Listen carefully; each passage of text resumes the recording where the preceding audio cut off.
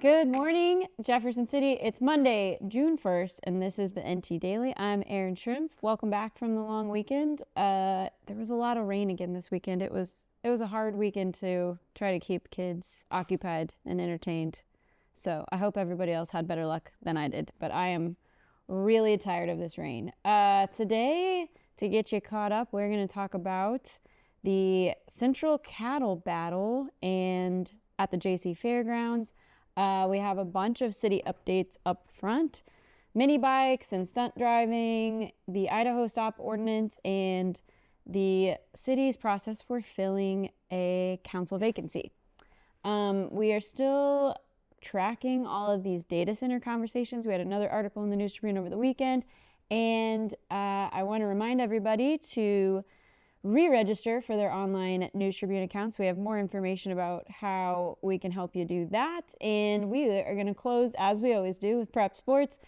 A big congrats to the Helias Lady Crusaders track and field team who took first at state this weekend. Capital City Girls Soccer is headed to the Final Four, and we'll give an update on where our other area teams stand in the state finals. So here we go with we'll get started with Jefferson City government. There's a few things happening at the city. They have a city council meeting tonight where they might cover a few of these things. But first up, the Jefferson City Public Safety Committee has proposed two ordinances, one dealing with mini bikes and one dealing with stunt driving. The mini bike ordinance would prohibit mini bikes on public streets inside Jefferson City. It would also require mini bikes operated on public or private property to meet certain noise limits. In our Tribune article, I think it was on Thursday or Friday, Police Chief Eric Wilde told the Public Safety Committee the issue has been difficult for officers because there isn't clarity in the city code right now that clearly governs mini bikes. So when officers see someone driving one recklessly, it's not always clear whether they should treat it like a motor vehicle, a bicycle, or something else entirely. Chief Wilde actually had a really funny quote. I'm sure he wasn't meaning to be funny, but I laughed when he said that mini bikes are generally manufactured not for travel, but for recreation and down on the farm type usage. And I just thought that that was a very good use of that term, Chief Wilde. So yes, I think that there is a preference that we keep these type of vehicles for use down on the farm type usage. So we will keep tracking that, but under the proposal, violations would carry a $75 fine for the first offense, $150 for a repeat offense. The second ordinance would ban stunt driving, so things like burnouts, donuts, drag racing, any street takeovers. Those fines would start at $100 for a first offense. Councilwoman Mackenzie Job was the one lone no vote on the mini bike ordinance. She said she understands the concerns about noise and dangerous driving, but she has questions about how it will be enforced and whether a ban could affect people who may be using mini bikes for transportation. The full city council is expected to introduce those ordinances tonight at their council meeting with a vote scheduled for June 15th. We are not done talking about the Idaho Stop ordinance. The council has that back in front of it. The council approved that ordinance on May 4th. It would allow cyclists in Jefferson City to treat stop signs as yield signs and yield signs as stop signs in certain situations. But Mayor Ron Fitzwater is seeking a veto. He says that he and others still have questions about how the law would work, whether it would create confusion for drivers and cyclists, and whether the city needs more public education before moving forward. The council can override a mayoral veto with 7 votes, but according to the city charter, even if the council does not override the veto, the ordinance can still go into effect. It would just do so without the mayor's signature. That seems really confusing. I hope we get some clarity on that tonight, because it would seem to me that if the mayor vetoes something, that would, and they are not able to override it, then it would not become law. But speaking of things that are confusing about our city charter, Ward 3 Councilman Derek Thomas, as we have reported and been talking about, he is resigning effective June 2nd because he's moving out of state for family and medical reasons. That means the city council has to choose someone to fill his seat. Before he leaves, Councilman Thomas is urging members of the council to reject a proposed overhaul on how Jefferson City fills council vacancies. The current process requires nominations, a public meeting or forum with nominees, and then a separate meeting for a council vote. The proposed new process would allow council members and the mayor to submit nominations. Then the council would vote at the next council meeting. So Councilman Thomas is concerned that that is limiting public participation and giving the council and mayor too much involvement in the process. And he believes that there should be more public transparency. So a lot happening at City Hall. Again, they have a council meeting tonight, so it sounds like it's going to be a lively meeting. We will continue to give an update on that later this week. We might have to have Steffi in. It's becoming a regular occurrence. I had hoped to have her in every 2 weeks, but we might just have to have her in every week if we need updates on what's going on with all of this. So, shifting gears a little bit, the second annual Central Cattle Battle was hosted this Saturday at the Jefferson City Jaycees Cole County Fairgrounds, and despite heavy rain, like I mentioned, I guess I should have brought the kids out to this, but despite heavy rain, more than 160 animals were entered this year. The event was started by childhood friends Addie Thesson and Elizabeth Thompson. They grew up showing cattle together. After they aged out of showing, they decided they wanted to create another opportunity for young exhibitors in Cole County. Big deal because other than the county fair, Central Cattle Battle is the only regular cattle competition in Cole County. Last year, they expected maybe 50 or 60 animals. They ended up with over 100, and this year they had 167. So even with the bad weather we had, that event keeps growing, and that is great to hear. Before we keep going, a quick shout out to our friends at Hen House Fresh Foods here in Jefferson City, sponsors of the NT Daily and proud partners of the News Tribune. Hen House is kicking off June with fresh flavors and sizzling savings. If you're grilling this week, they've got Holton Restaurant quality hamburger patties, a 6-pound box of hamburger patties for $32.99. They also have USDA choice KC strip steaks for $13.99 a pound, fresh brats or beer brats for $3.99 a pound, hot dogs for 99 cents. And on the produce side, there are some southern peaches for $3.49 a pound, a 5-pound bag of russet potatoes for $1.99. I actually bought the 10-pound bag that was on the special last week, and we had homemade fries this week. So go see our friends at Hen House for lunch during the week. The Hen House Soup and Salad Bar is open Monday through Friday. Hen House Fresh Foods, 1904 Southwest Boulevard. These prices are good, June 3rd through June 8th. And we will be right back. We're going to take a quick commercial break, and we will be right back on the NT Daily, so stick with us. We have a severe weather alert to report here. The storm is also bringing the threat of damaging winds and large hail. Here's the thing. When storms bear down, we step up.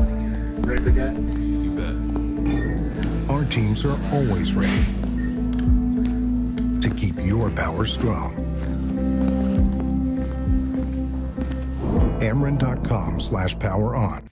St. Louis Carpenters Union has shaped our communities. Through trusted alliances, we deliver skilled professional craftspeople while our business partners provide the kind of quality jobs that keep our economy humming. It's a blueprint that has worked since 1882. Turning Missouri into a right-to-work state stalls progress, wipes out jobs, and kills momentum. Right to work is wrong for everyone. Let's keep Missouri moving forward. Visit carpdc.org to learn more. Welcome back to the NT Daily. Hope you got a fresh cup of coffee while we were waiting for us to get back, but we are still watching the data center conversation. Last week we talked about Ameren's solar facility, Google's data center announcement in New Florence, and Montauk County looking at regulations before data centers even apply to build there.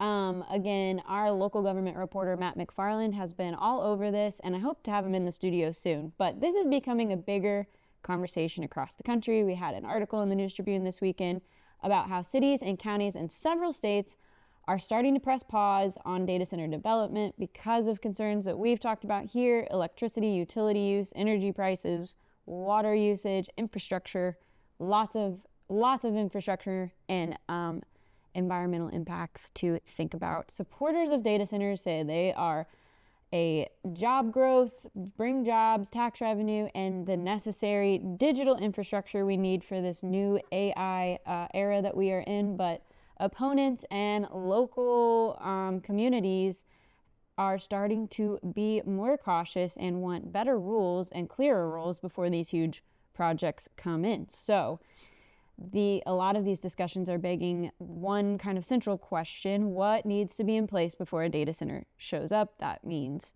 looking at rules around water usage, electricity demand, road improvements, noise, environmental impact, and who pays for infrastructure. So this is not just a Missouri issue, not just a national issue, but it's something that I think lots of rural communities and mid-Missouri communities are already talking about. So again, like I said, I hope to have Matt McFarland in the studio soon so we can talk to him about his stories and what he has heard in this debate. All right, so a quick heads up for News Tribune subscribers, online subscribers. If you read the News Tribune online, you have to re-register your account before the paywall goes back up at noon on June 15th. That is next week. This is a one-time re-registration process for subscribers who use the website or the digital e-publication, digital edition. Probably impacts the app too. If you get the print edition and do not use the website, there is no need to re-register. If you already re-registered, you're good, but the News Tribune has sent out updated instructions by email and is sending other emails this week. There's also a step-by-step tutorial video on the Jefferson City News Tribune YouTube channel where you can also find the NT Daily. So if you're there, go ahead and check it out. And we are also going to be offering in-person help, in-person assistance. We have some events set up. The first one is Thursday, June 4th from 8 to 10 a.m. at Helias Coffee Zone downtown. News Tribune staff will be on site to help anybody who's having problems. You can also call us at 573-636-3131 and press 1 for help, or you can email circulation at circ@newstribune.com. And I want to give a quick shout out to our friends at South Bank Gift Company in downtown Jefferson City. South Bank works with the River City Habitat for Humanity Restore. They have launched Helping Hands for Habitat, a collaboration that gives gently used furniture and home decor a second life with Annie Sloan chalk paint. The goal is simple: refresh pieces, reduce waste, and help support our local habitat's mission of building homes, communities, and hope right here in Jefferson City. South Bank owner Jill Bednar has been volunteering at the River City Habitat Restore, which she was just there this past weekend, helping shoppers spot potential pieces, offering ideas for how to transform them. So stop by the Habitat Restore for your next project, support our local habitat, and while you shop. So now to sports. We have a lot in local sports this past weekend at Adkins Stadium. The Class 4 and Class 5 state track and field championships were ongoing, and the Helias Lady Crusaders took first in track and field. Look at that. I got an old Crusader hat here, taking it out. First Class 5 team title in Helias athletics history. Helias finished with 84.5 team points, right ahead of Liberty with 81. It was a full team effort. The Lady Crusaders had qualifiers in 11 events. And so I've actually hesitated a little bit to not been real sure how to integrate track and field into our prep sports updates, because like track and field events, Kelton, I feel like you have to be there to really be in it and watch. It's just hard to, I feel like it would be boring if I just like listed off a list of who won all of the track and field events. But we had a really great article about the Crusaders championship win on Saturday. So it all came down to the shot put. Megan Bruce won the shot put, and that shot put title helped seal the team championship. It put the Lady Crusaders ahead of Liberty. Go check out that article. It was a great one. It was a historic weekend. I also think it's exciting that the first class, there's lots of state championships in Helias history, but the first Class 5 state championship goes to women's athletics. I love that. So girls track and field gets the first Class 5 state championship in history. In other girls sports, the girls soccer team fell to a really tough match in the quarterfinals to Fort Zumwalt South.